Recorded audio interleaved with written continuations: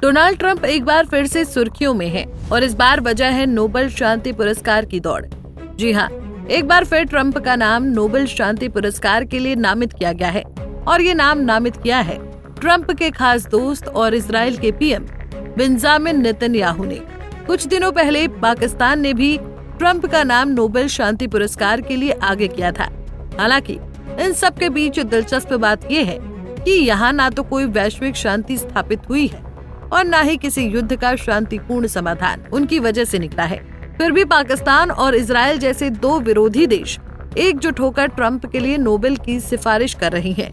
ऐसे में अब सवाल उठता है कि आखिर इन देशों को अचानक ऐसा क्या दिख गया कि उन्हें ट्रंप को शांति का दूत घोषित करने की जरूरत पड़ गई।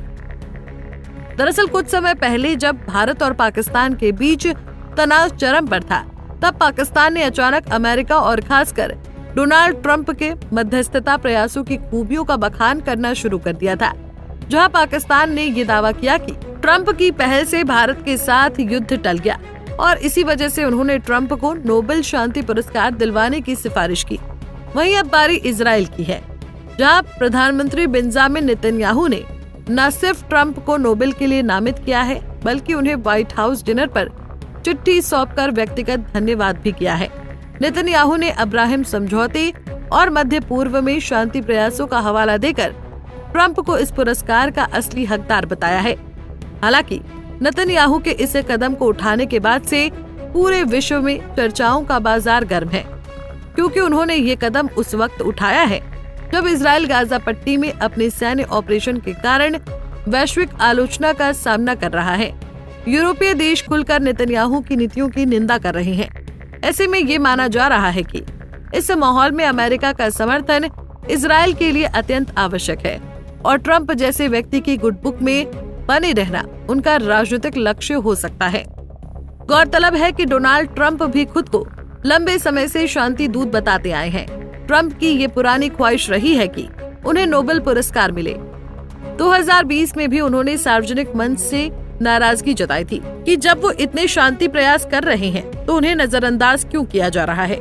ऐसे में अब जब ट्रंप दोबारा से सत्ता में वापसी कर रहे हैं, तब भी अपने राष्ट्रपति कार्यकाल के दौरान उन्होंने भारत पाक संघर्ष, कोसोवो सर्बिया टेंशन और अब्राहम समझौते जैसे मुद्दों में मध्यस्थता का दावा किया है। हालांकि इन दावों की सच्चाई अक्सर विवादित रही है।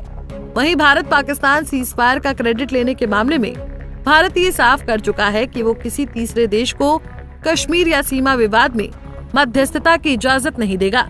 ऐसे में अब यहाँ सबसे अहम सवाल उठता है कि क्या ट्रंप सच में शांति के प्रतीक है या बात कुछ और है। ट्रंप के शासनकाल में अमेरिका ने कई सैन्य हमलों में हिस्सा लिया।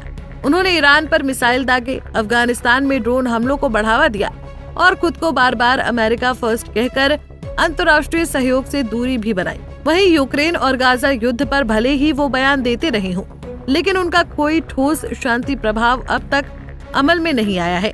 ऐसे में 2025 में एक बार फिर राष्ट्रपति पद संभालने के बाद ट्रंप शायद इस तरह के नामांकन को चुनावी हथियार की तरह इस्तेमाल कर रहे हैं। शांति उनकी प्राथमिकता रही भी है या नहीं, इसके लिए इतिहास नहीं बल्कि वर्तमान गवाह है, जहां उनका रुख कई बार आक्रामक रहा है, खासकर जब उन्होंने अमेरिका की सेना को कई विदेशी टकरावों में आगे किया।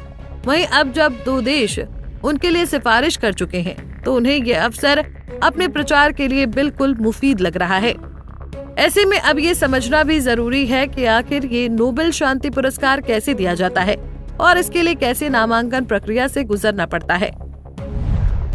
तो आपको बता दें कि नोबेल शांति पुरस्कार केवल नामांकन से नहीं मिल जाता है।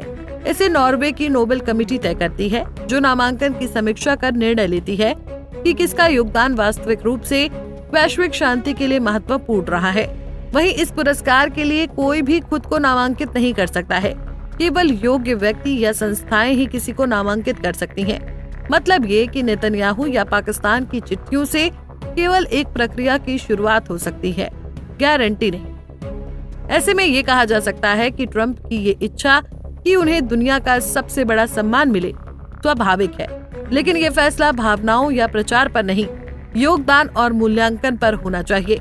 और अब तक जो दुनिया देख रही है उसमें ट्रंप के नाम के आगे शांति शब्द लगाना थोड़ी जल्दबाजी लगती है। बहरहाल अब ये तो आने वाला वक्त बताएगा कि ट्रंप को नोबेल पुरस्कार मिलेगा या नहीं। Bureau report, Punjab Kesari. हमसे जुड़े रहने के लिए हमारे YouTube चैनल को सब्सक्राइब करें और नई वीडियो की नोटिफिकेशन के लिए बेल आइकॉन को दबाएं।